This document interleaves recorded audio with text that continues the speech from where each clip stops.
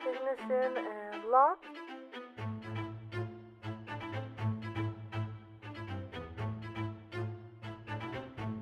And we have a pitch program.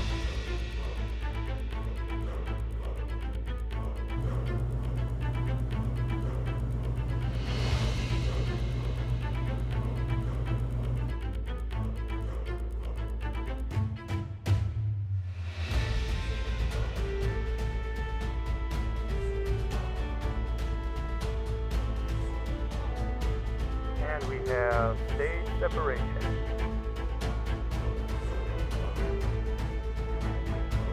Orbital insertion complete. Deploying solar panels now.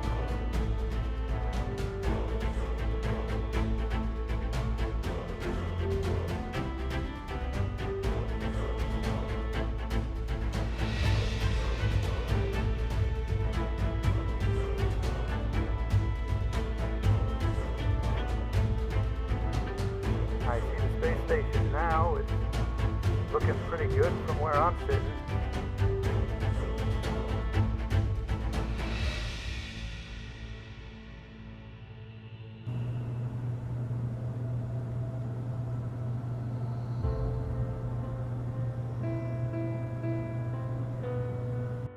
And I am closing in on docking port 1.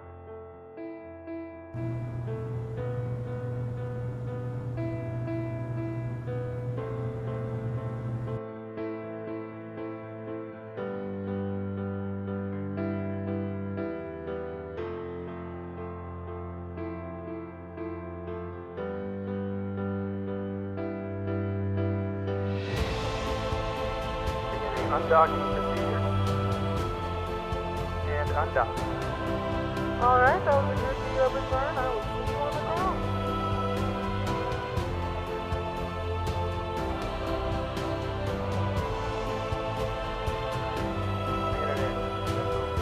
Gentle. Rock. Flare. Flare. Flare. Wait a second. Hold on. Touchdown. Brakes. That's good. I'm back on the ground. Welcome to the KSC. That is the Glenn 1. It's a space plane launched by a rocket that is capable of getting into a 80-kilometer orbit, transferring to rendezvous with a space station in 100-kilometer orbit, and returning safely back to Kerbin to land on a runway. That spacecraft I designed using both pen, paper, and Kerbal Space Program.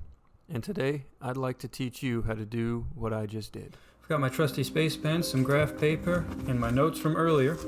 And let's get started. I'd recommend you grab that calculator in your pocket that your math teacher said wasn't going to be there. And the first thing we need to do is define what our spacecraft is going to do. My spacecraft is going to start in an 80 by a negative 200 kilometer orbit.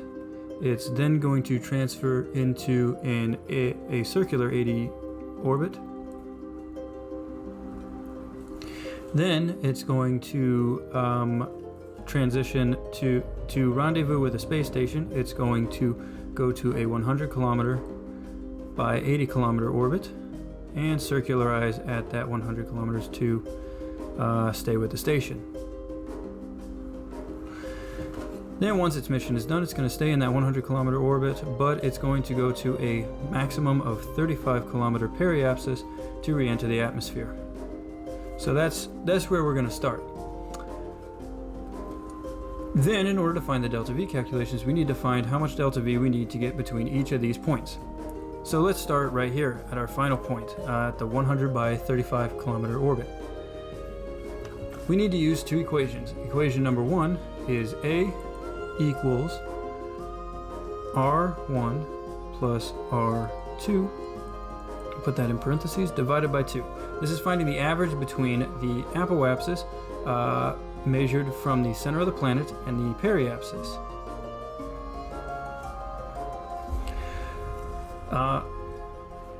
Center of Kerbin is 600 kilometers away from its surface, so we add 600,000 to each of these numbers to get it in meters. So let's do the math.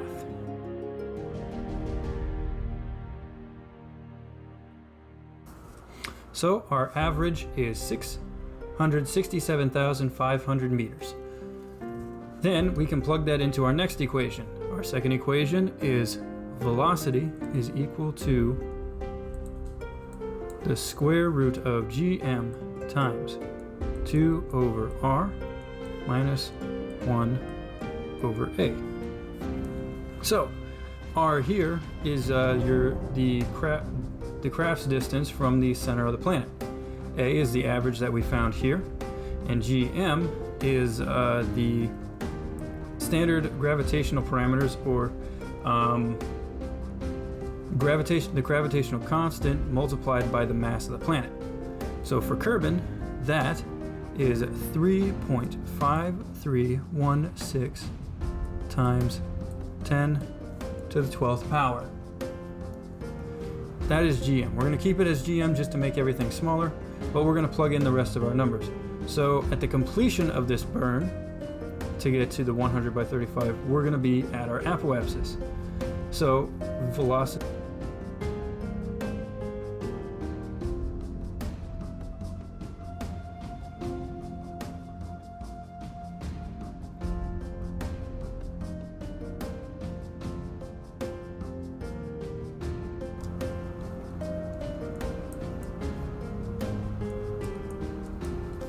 And there we have it. We have found our the velocity that we're going to be at apoapsis for this thing. It's going to be 2,190.776 meters per second. So, how do we find delta V? Because we need to find the delta V of this, not these. So to find the delta V, we just need to find the velocity at the circular orbit and take the difference. And in fact, the circular orbit calculations are much simpler, because all we need to do is find this equation right here. We don't need to find the average because it's a circular orbit. So let's actually do that calculation.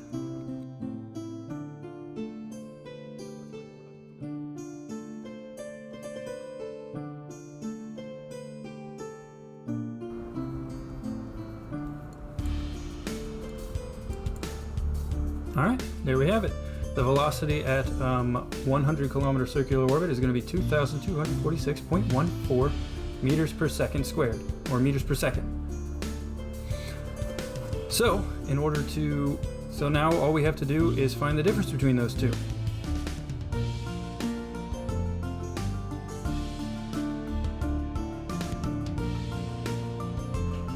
Our delta V between these 2 points is going to be 55.364 meters per second.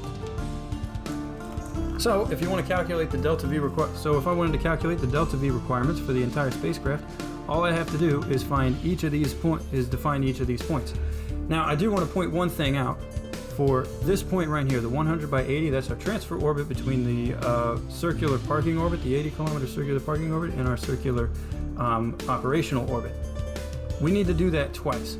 Once where this point right here is the periapsis, and once where it is the apoapsis, because we're going to be burning at two separate points there, and so we need to have two separate velocity calculations for this vehicle at those two separate points. So now we know how much delta V your spacecraft needs in order to complete its mission. For my spacecraft, it is 405.986 meters per second of delta V. That is all those points added together. Now I want to be able to turn that into fuel requirements, because let's be honest, the stock KSP delta V calculations are not very accurate. Oftentimes they are only calculated at sea level. So I want to be able to calculate this at the points where the spacecraft is going to be operational.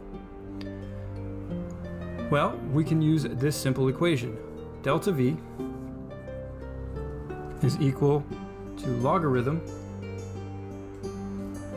of wet mass divided by dry mass times the engine ISP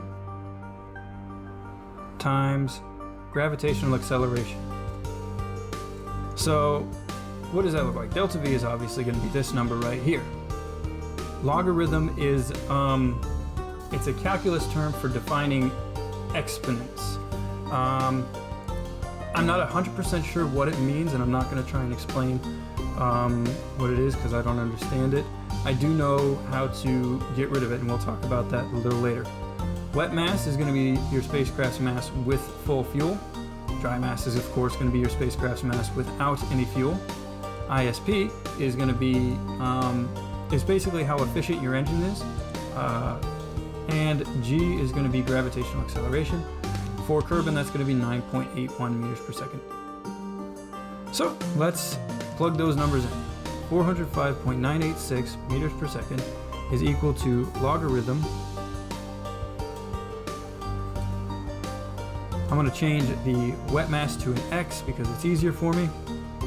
3.872 times 345 times 9.81. Okay, now let's solve for this portion of the equation because it will explain what we need to do with the logarithm to get this by itself in a bit. But let's just solve for that.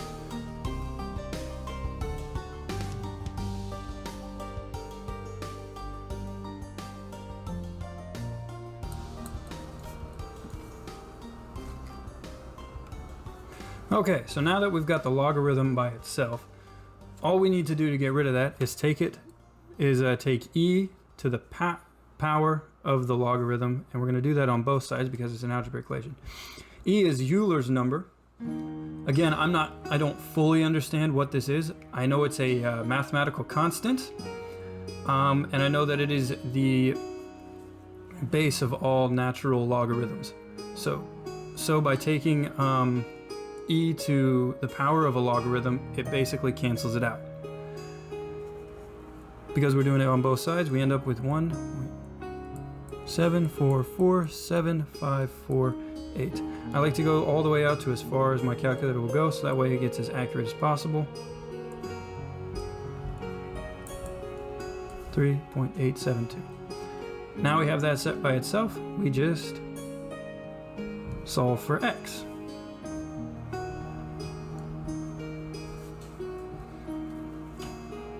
And then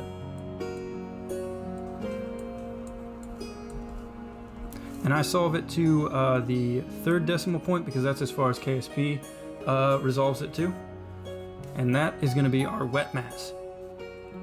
Now then we just add fuel to our spacecraft until we have this wet mass or just a little bit over, and we're good to go. Do that again for your launch vehicle, and you find that, and you will have designed a spacecraft capable of completing your missions. And I do want to point one more thing out.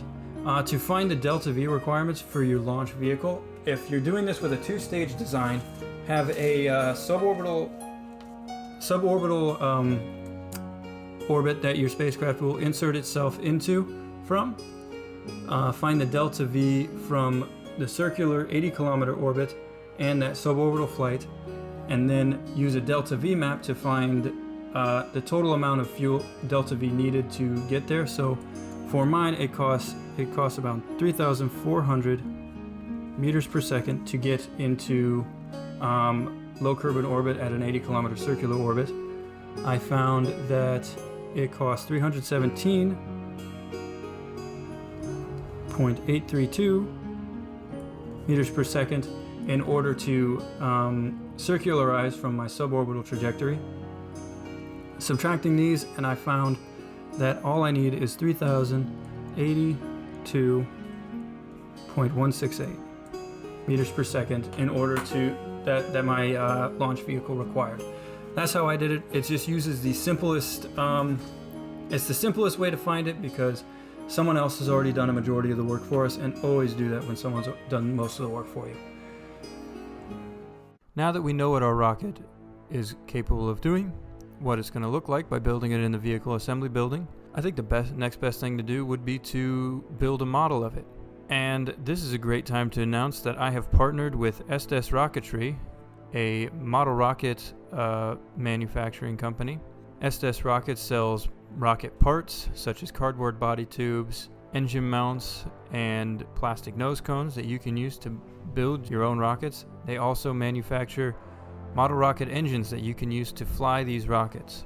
So I decided what the better way to announce this partnership than to design a rocket in Kerbal Space Program and start the process of building it in real life. I've got here the design of what it will look like in OpenRocket, and here are some pictures of it as we've made some progress on test fits with the fins to the body tube. If you'd like to buy the parts needed to build your rocket, down in the description below there's a link that you can use, and if you buy anything using that link, it'll help support the channel. Repeat the part about the Christmas thing, okay? Okay. So just say that once and then be like, if you use the link down below, you'll be able to help support the channel. Is this still going? Okay, hold on. Yeah, action. Anyway, in the link down below, anyway, in the description down below, there's a link to Estes Rocketry, and if you purchase any of your rocket parts or rocket kits from there, it helps support the channel. I want to thank you all very much for watching this video if you've gotten up to this part. I hope you learned something. I know I did, and I hope you had fun, because I sure did. Thank you very much for watching one more time, and keep looking up. That was good.